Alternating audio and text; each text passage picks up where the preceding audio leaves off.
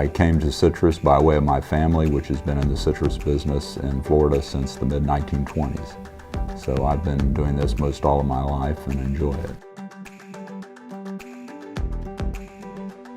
This industry is very important to the economy of Florida. As you can probably notice every time you drive down the road, the license plates in Florida, if you get the generic one, has an orange on it. At the University of Florida with land-grant mission, if you look at the Institute of Food and Ag Sciences, or IFAS, what you have is the resident instruction that occurs at the university on campus and online now.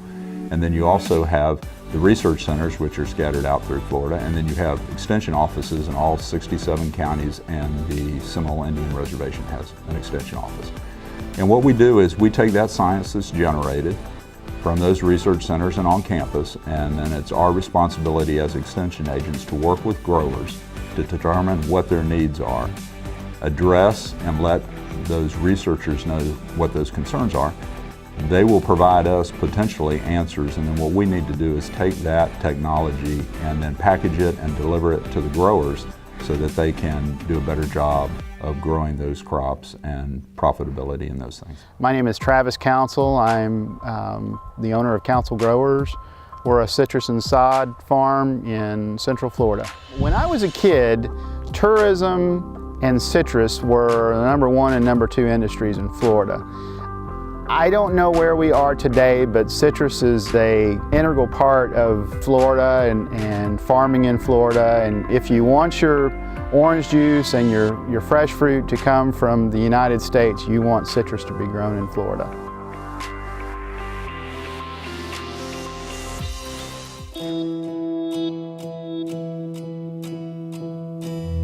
We right now are battling a disease in the citrus business that is decimating our industry, and the University of Florida is on the front lines and trying to come up with solutions to fight the disease.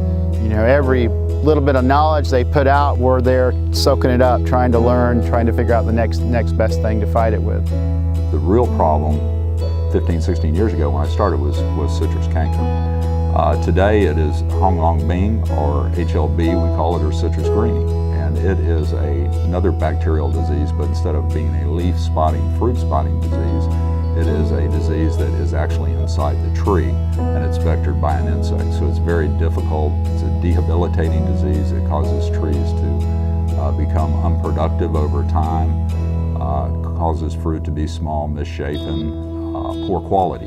When you cut this affected fruit, typically what you'll find is those seeds, you'll just see little flecks in there because the seeds are aborted, which is another symptom of the disease. You get misshapen fruit, inverted color development. Along with citrus greening, we are dealing the last couple of years with a disease called post-bloom fruit drop. It is a pathogen of opportunity on a sick orange tree, which we have with greening, and we're losing fruit. Fruit are being aborted at the bloom stage. This is what you get when you have post-bloom fruit drop. You actually have these calyx, which there should be a fruit attached to the end of these, but those fruit have dropped off because they were infected with post-bloom fruit drop. Those are real issues today.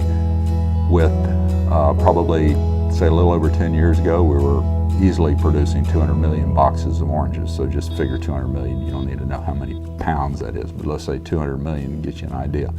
Today, the crop estimate for oranges is probably less than 70 million. We're again relying heavily on IFAS for instruction on how to battle this and how to set a crop of fruit. So this is a system that we developed for strawberries. It's called the Strawberry Advisory System, and basically what we have is weather stations in the main areas that have strawberries in Florida, mainly in Hillsborough County.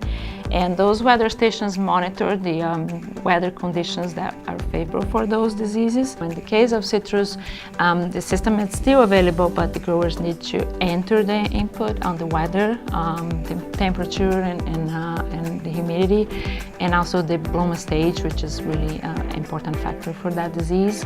And then the system generates a recommendation whether they need to spray or not. This industry with greening is at this point taking it pretty hard, but I have complete confidence in the researchers and those folks that work on our behalf for the citrus industry here in Florida.